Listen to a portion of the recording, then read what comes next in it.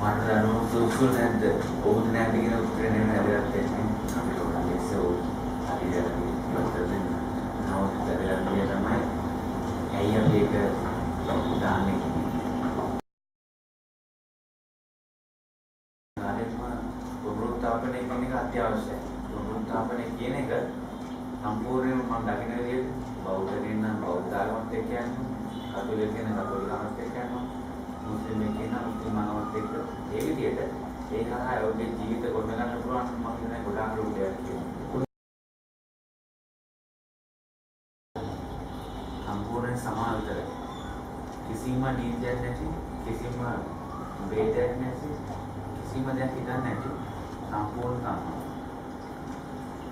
ඒකේ සමාව දැන් අපි කියන්නේ පුද්ගලයේ විවිධ අපරාධ වලට කරනවා. ඒ සමාව දින දින ඒ තවත් ඒ අපරාධ කරනවා නම් ඉතින් එහා දෙන්න පුළුවන් කරන්න පුළුවන් දේ මොකක්ද? ඕක ඒක නවත්තන්න දෙයනාන්දට තව ප්‍රශ්නයක් විසුණාන්සේ. විසුණාන්සේ කියන්නේ සමාව.